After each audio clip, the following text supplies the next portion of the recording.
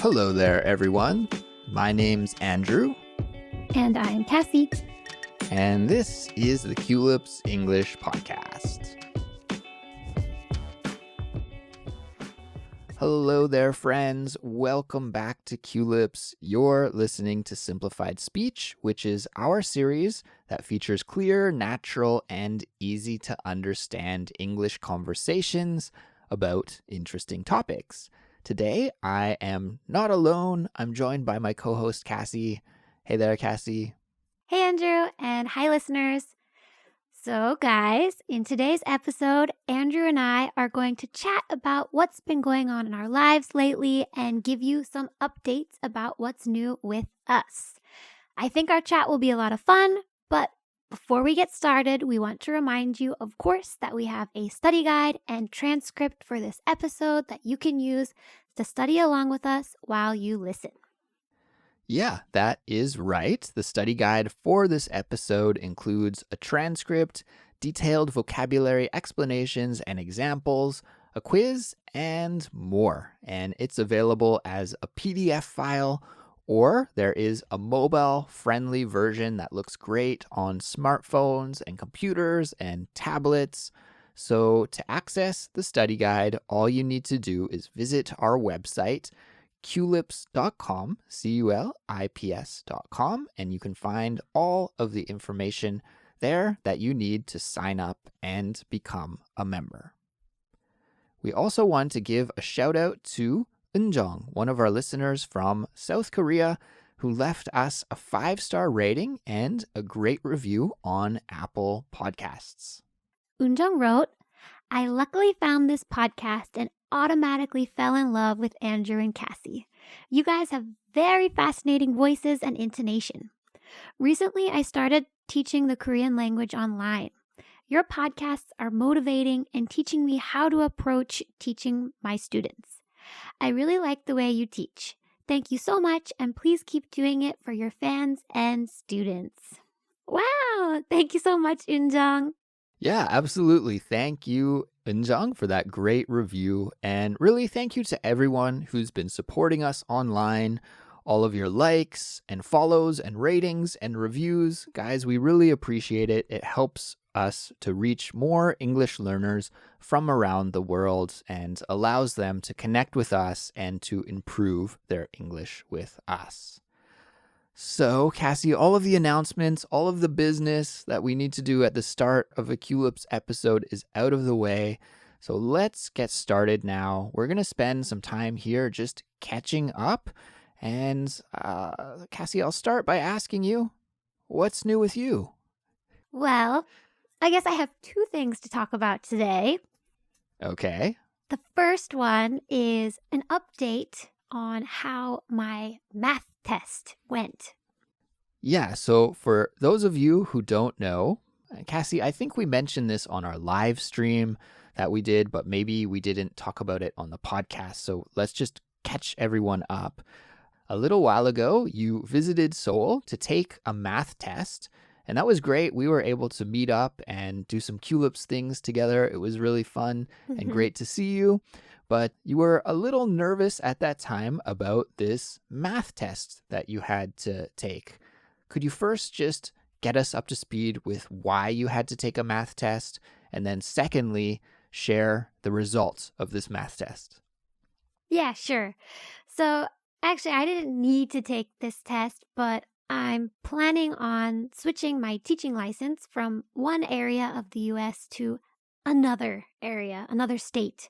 And they have different testing criteria between those states. So I had to take the new test from the state I'm transferring to. Anyway, I was very nervous. It was a 3-hour test and it's a new test. So there weren't a lot of study guides that I could look at to, prepare for this test. But I get there and I thought I performed pretty well. And I waited and waited for 3 weeks to get the results. And I finally got them. And I got a 100%. Ah! Woo! 100%? Yes. Come on. It was amazing. It's a perfect score. Wow, congratulations. I know, I couldn't believe it. I only needed about 168 points to pass, I think, and I got 200 out of 200. I was so Oh. shocked and amazed and happy. Wow, so Cassie, I'm wondering if you weren't just a little bit too hard on yourself before the test, because it seems like you really nailed it. A perfect score. That's amazing. Actually, I did take a teaching math test a few years ago, maybe 3 or 4 years ago, and I actually failed it the first time by 1 point. And I was really, really depressed for like a whole week. So maybe it was that experience that motivated you to really study hard and prepare for the exam that you did. And it seems like it worked because you got a perfect score. So that's amazing. Great job. It did. Yeah, I was really proud and happy. So now are you going to be able to switch your teaching certificate to the other state like you wanted to do? Yeah, I will. It's going to take a lot of time and paperwork. And I think I will also have to take a physics test in the future to pass that credential over too. But I'm partway there. All right. That's awesome. What else is new? Well, my wedding is coming up in just a few short weeks, actually. And I'm, in the thick of things, getting everything ready. I think you know this from last year, Andrew. Getting invitations, giving them out to friends, picking the dress. It's all been a whirlwind. It is a lot of work doing all of the things that you mentioned, Cassie, getting the invitations ready, getting the clothes ready. My job was making the playlist, so I was very busy making the wedding playlist, which, to be honest, was actually a little fun. More so than some of the other tasks. Cassie, what about the dress? Have you found your wedding dress yet? I did. That was a very interesting process, Andrew. Very different than America. In America, you go to a wedding dress shop and all the dresses are laid out for you and like in racks. And then you can look around, choose the one you like, and then try it on. In Korea, at least how I did it, was you go onto their Instagram page and you find 4 or 5 dresses, like styles that you like, and you show it to the clerks at the store, and they pick 5 dresses for you, only 5, and those are the ones you're allowed to try on for about 2 minutes each, and you look around in a 360 mirror and you go, okay, next, and you go to the next one. And when you're done with those 5, that's it. They're like, which one do you want? Correct me if I'm wrong, Cassie, because I might be wrong about this, but as far as I know, when you go wedding dress shopping in Canada or America, you just go to the wedding boutique, the bridal boutique, and you can try on different dresses. But here in Korea, when my wife was getting her wedding dress, she actually had to pay a fee to the wedding store to be able to try on the dresses. Now, I don't think it was too expensive.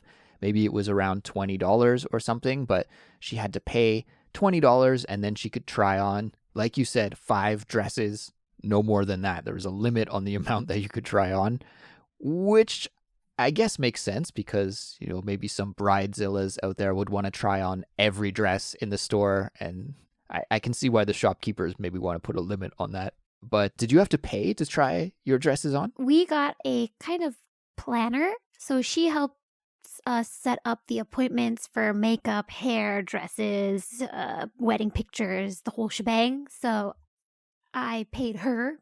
I don't know how much or what she paid to the dress shop. I know if I wanted to go to more than one dress shop, I had to pay extra. But for the one I went to, it was included in our package.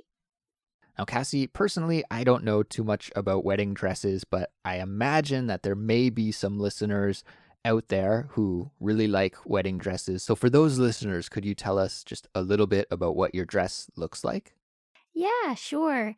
So going in there, I was really interested in getting a mermaid style, which is kind of like tighter around the top and then flowy on the bottom. That makes sense. I can see just kind of like a mermaid's body. It has that kind of triangle shape almost. Yeah. So I tried on a few, and there were two clerks and my wedding specialist lady and my fiance looking at the dresses with me, and they're all like, "Oh yeah, this one's good, this one's good." But in Korea these days, the popular style is kind of like a poofy princess ball gown type of dress, and they're like, "Can you just try one on for us?" And I was like, "Okay, sure." And I tried this dress on, and everybody in the room is like, "Oh, beautiful." And I was like, this is going to be the dress I end up getting. I just know it. So, yeah, it wasn't the first dress I would have picked, but it's very beautiful. And one thing I like about it is not white, Andrew. Oh, okay. Well, that's really interesting because I was going to say there's only one thing that I know about wedding dresses, and that is that they are white. But I stand corrected. I guess I know nothing about wedding dresses in the end. What color is it then? It's almost white, but it's like a shimmery peach white, like off-white peach undertones, and it's perfect for my skin tone because I'm super pale, but I have pink undertones. So it just really shows off my pale skin color to the best ability that it can. Well, I'm glad that you were able to find a dress that you're happy with. That's awesome. If listeners are curious, I guess we could post one of those on the actual day later. Yeah, so what we'll do, Kassy, we're going to have to talk about your wedding after it finishes. So we'll wait until your wedding is over, and then we'll do a recap episode for Culips, and we'll have to make sure to post a picture of you in the dress so that our listeners can get a visual as well at that time. Sounds great. Well, I think it's your turn, Andrew. Yeah, Kassy, I don't have any great stories or anything about dresses to share with our listeners. Unfortunately, you've got all these great stories. Mine are just kind of regular everyday things, but I have a couple of new things going on in my life that I thought I could update everybody on. The first is that I'm getting back into an old hobby. So I think longtime listeners of Culips will know that I'm really interested in music. I love listening to music and making music. However, these days I don't make music as much as I used to, but I'm trying to change that. So my first love when it comes to music is playing the drums. And since living in Korea, I've kind of given up drumming because, well, I didn't have a drum kit with me, and I live in an apartment, and it's just not really conducive to drumming. However, in my neighborhood, there is a little music rehearsal studio, and I walk by it all the time when I'm walking Pinky, our dog. And sometimes I hear people drumming in there, and it's just got me thinking, like, man, I should get back into it. It's such a waste to spend all those hours and all that time when I was a teenager learning how to play this instrument, and now I don't even do it. So I finally bit the bullet and made a reservation at the rehearsal studio. And just last week I went and I spent an hour playing drums, and it was great. I felt like a little rusty, like my chops weren't exactly there. Chops is kind of a slang word that we use to talk about skill, right? So my skill wasn't quite there.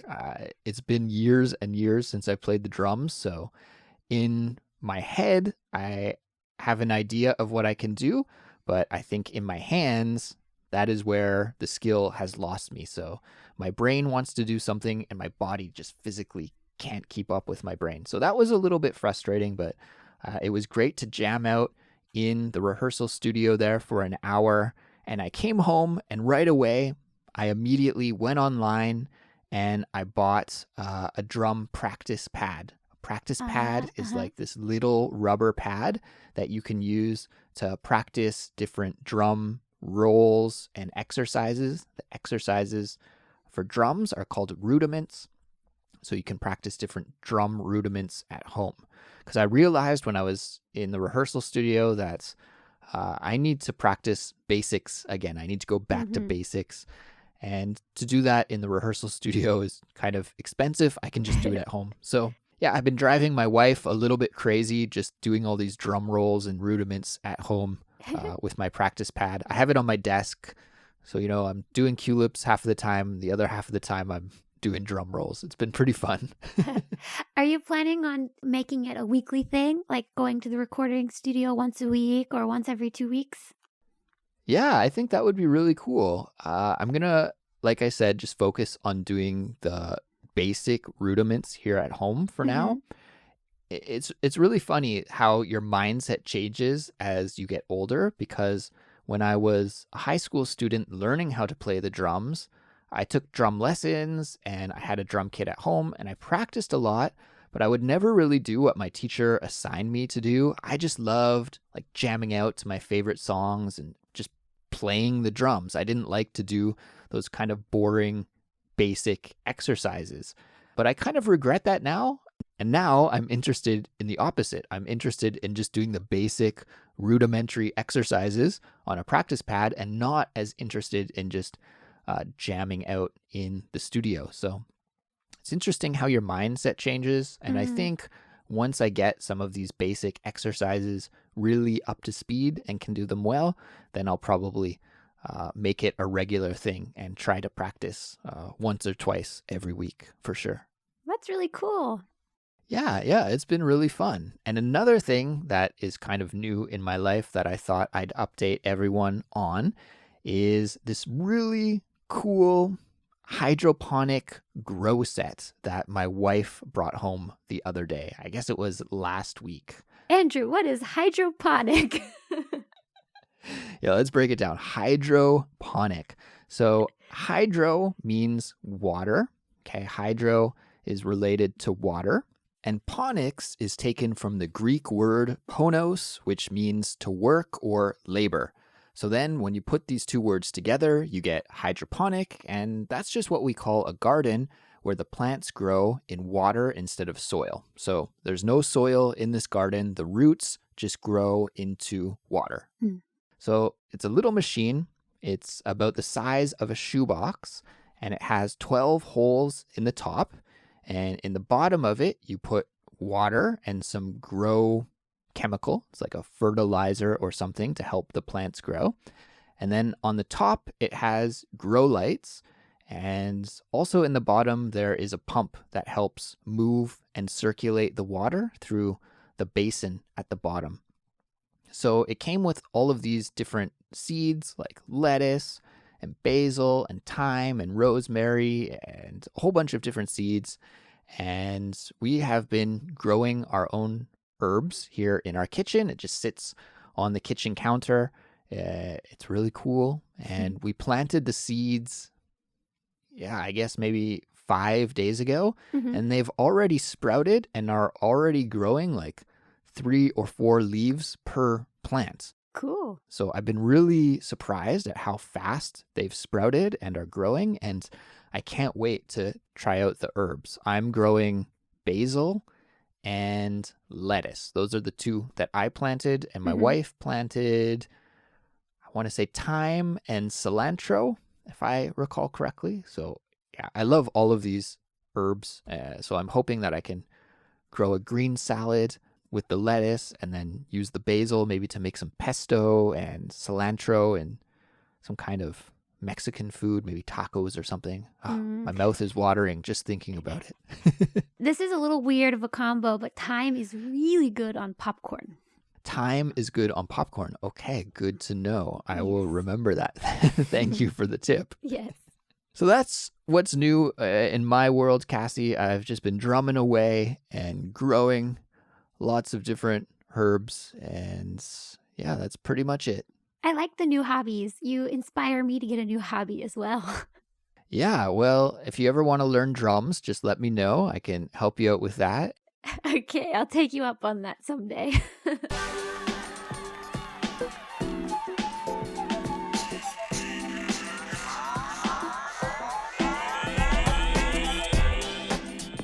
Well, everyone, that will bring us to the end of this episode. Thank you for listening, and congratulations on getting some English listening practice in today, everyone. You can go ahead and give yourself a pat on the back. You did a great job. We want to know what's new with you. Let us know by sharing your story with us on social media or on the comment section or the discussion forum on Culips.com. And guys, don't forget that we do offer a lot of great learning materials and bonuses for Culips listeners who want to improve their English fluency faster. And you can learn all about the benefits and the features by visiting our website, culips.com. Well, that's it for us now, but we'll be back soon with a new episode, and we'll talk to you then. Bye. Goodbye.